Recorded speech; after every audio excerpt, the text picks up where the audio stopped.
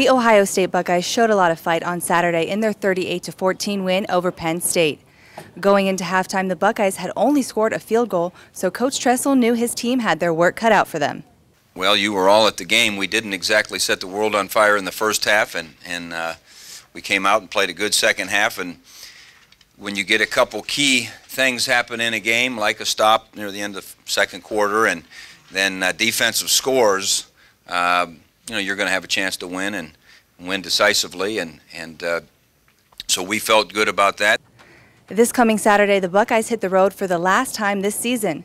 They are heading into Iowa to face the Hawkeyes, who are currently ranked 20th in the standings and coming off a loss to Northwestern, which puts them at 4-2 in the Big Ten. As we head to Iowa City, we're playing against an outstanding football team, and they're a veteran bunch.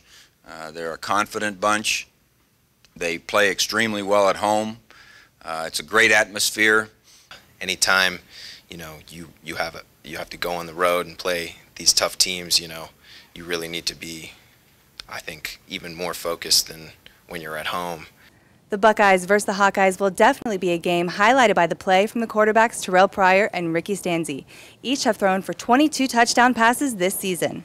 All summer long and all fall long, people have circled this game.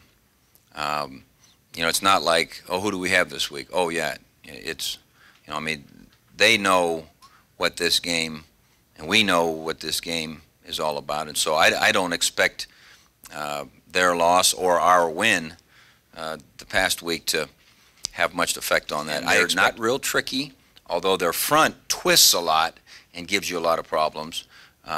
But they're not really tricky. They're just very, very powerful and very consistent. And in games where you might have a 7-yard run, against them it's 3. You listen, he's really gained a command of what goes on in games and the flow and the anticipation. Anticipation is the key. On the other side of the ball, keep a lookout for Hawkeye defensive end Adrian Claiborne.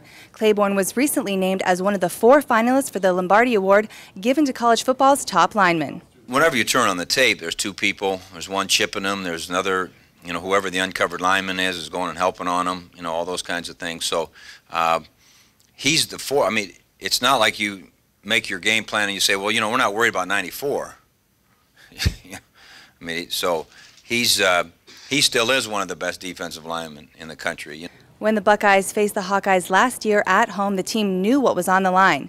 Well, this year the situation is a little different with a 3-way tie atop the Big Ten between Wisconsin, Michigan State, and the Buckeyes. Oh, they're a great team, man. They're a senior-led group, and I know those guys don't have amnesia. They remember, the last time we went against them.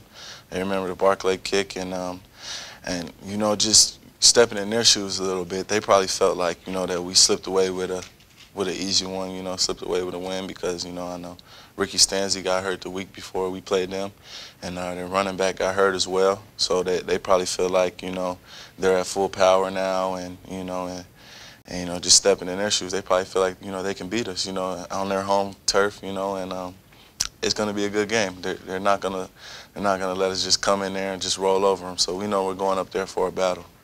The Scarlet and Grey have won 11 of the last 12.